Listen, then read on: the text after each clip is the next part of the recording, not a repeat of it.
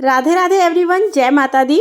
आज की वीडियो में हम जानेंगे कि नवरात्रि पूजन की जो चौकी है वो हमें कब उठानी है, कैसे उठानी है। जो भी सामग्री चौकी के ऊपर रखी है जैसे सुपारी, कलश, जवारे, श्रृंगार का सामान, हवन की राख, इन सब चीज़ों का हमें क्या करना है, ये संपूर्ण जानकारी आपको आज की वीडियो में मिलेगी। वीडियो को आप अंत तक जरूर देखना ताकि आपके सारे डाउट्स क्लियर हो जाएं। तो देखिए, किसी के यहाँ पर अष्टमी के दिन कन्या पूजन किया जाता है, किसी के यहाँ पर नवमी के दिन कन्या पूजन किया जाता है और कन्या पूजन करने के बाद व्रत का पारण कर लिया जाता है।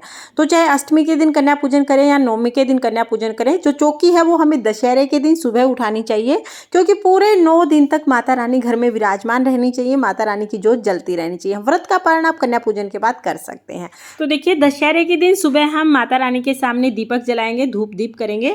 उसके बाद जब दीपक शांत हो जाएगा तो जो जोत है, जो हमने दीपक जलाया था, ये हम दोबारा साफ करके पूजा में यूज करेंगे। तो चौकी उठाएंगे, सबसे पहले हम दिया उठा लेंगे, दिया को उठा के हम साफ करके दोबारा से पूजा में यूज कर लेंगे। उसके बाद जो भी हवन की राख है और जितनी भी हवन की राख है, आप चाहें तो रोजाना इनको पौधों में डाल सकते हैं या सारी हवन की राख आप इकट्ठा कर लीजिए। साथ में जितने भी फूल आपने यूज किए हैं पूजा में, वो सभी फूल भी आप इकट्ठा कर लीजिए। तो एक बार तो हम इनको सबको पहले इकट्ठा करके रख लेंगे। अब देखिए, चौकी को साफ करके फिर इस पर हम जल के छींटे लगाएं। जल के छींटे लगाना विसर्जन का ही एक रूप मानकर हम जल के छींटे लगा लेंगे, यानी हमने विसर्जन कर दिया है।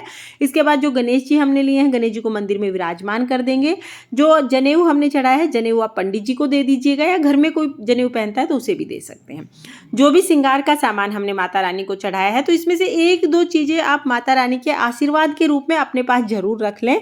बाकी जितनी भी चीज़ें हैं वो आप दान कर दें। किसी भी सुहागन महिला को आप ये दान कर सकते हैं, जिससे आप फूल लेके आते हैं या जिससे आप मिट्टी के बर्तन लेके आते हैं, उन महिलाओं को भी आप ये दान दे सकते हैं। किसी भी महिला को, आपके घर में अगर मेड आती है तो अगर वो सुहागन है तो उसको भी आप ये दान दे सकते हैं, किसी को भी आप ये दान कर दीजिएगा।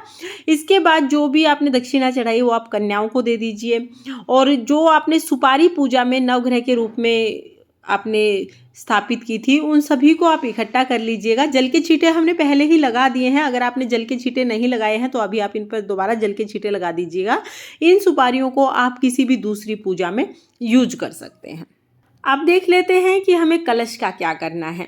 तो देखिए, जो भी हमने कलश स्थापित किया था, कलश का नारियल की जो चुनरी है, इस चुनरी को आप किसी भी कन्या को दे सकते हैं, या तो आप ये चुनरी अपने घर के मंदिर में किसी भी देवी देवता को उड़ा सकते हैं, तो आप इसको यूज कर सकते हैं। और जो नारियल है, नारियल को देखिए, हमारे यहाँ तो जब कन्या पूजन करते हैं उसी दिन नारियल को उठा के इसका प्रसाद बनाते हैं, इसको तोड़ के प्रसाद के रूप में सभी को बांट देते हैं। तो हमारे यहाँ पर तो प्रसाद के रूप में खाया जाता है। अगर आपके यहाँ पर विसर्जन किया जाता है तो फिर आप दशहरे के दिन इसका विसर्जन कर सकते हैं। इसके साथ ही जो भी चावल है वो हम अभी चौकी पर ही रख लेंगे, और जो भी पत्ते हैं, फूलों के साथ ही इन पत्तों को भी हम एक जगह इकट्ठा कर लेंगे। अब इनको या तो आप भूमि विसर्जित कर दीजिए या तो आप इन्हें जल विसर्जित भी कर सकते हैं। मेरे ख्याल से भूमि विसर्जन करना सबसे ज़्यादा ठीक है, क्योंकि इससे भूमि भी उपजाऊ होती है और कोई प्रदूषण भी नहीं होता है। तो आप थोड़ी सी मिट्टी हटाकर उसके नीचे इन्हें दबा दीजिएगा या गमले में रख दीजिए, खाद बन जाएगा। और जो भी जल है, कलश का जो जल है, उसके छींटे पहले पूरे घर में हम लगाएंगे। उसके बाद ये जल हम पौधों में डाल देंगे, और जल के अंदर से जो सुपारी और सिक्का निकलेगा, ये सुपारी और सिक्का हम अपने पास ही रखेंगे।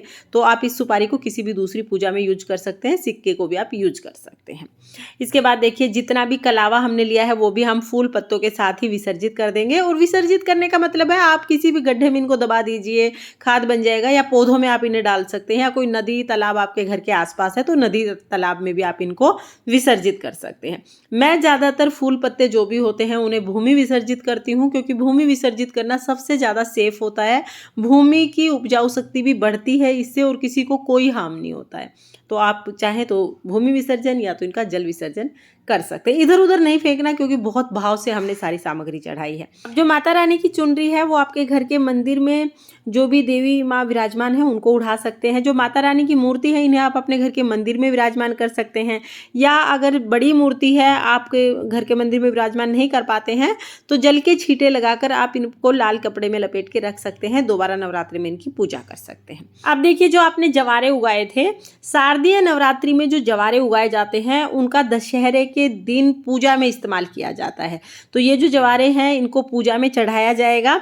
इसके साथ ही घर के सभी सदस्यों के दोनों कानों पर ये जवारे टाके जाते हैं। घर की लड़कियां ये जवारे टाकती हैं और फिर सभी उनको शगुन देते हैं। हमारे यहाँ तो ये जवारे दशहरे पूजा में यूज होते हैं। बाकी अगर आपके यहाँ पर दशहरे पूजा में यूज नहीं होते हैं तो आप इनका विसर्जन कर सकते हैं या किसी गाय को भी आप ये खिला सकते हैं।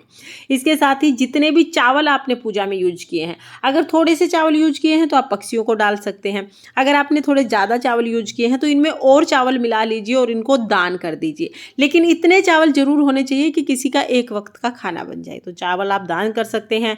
चौकी को आप दोबारा पूजा में यूज कर सकते हैं। जो आसन आपने बिछाया है उसको धो के आप दोबारा पूजा में यूज कर सकते हैं। तो इस तरह से बहुत सरल तरीके से हम माता रानी की चौकी उठाते हैं। और ये ध्यान रखिए कि जो भी चीज़ें हमने पूजा में यूज की हैं उन्हें इधर उधर नहीं फेंकना है, क्योंकि इससे हमारे भाव जुड़े हुए हैं।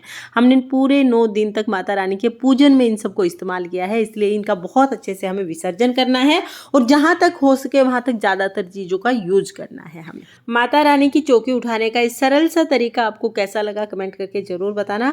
अगर ये वीडियो आपको पसंद आई हो, वीडियो अगर आपके लिए थोड़ी बहुत भी यूजफुल हो तो प्लीज़ वीडियो को लाइक कर देना। और हम महिलाएं घर में तीज त्योहार कैसे करते हैं ये देखने के लिए मेरे चैनल को सब्सक्राइब कर लेना।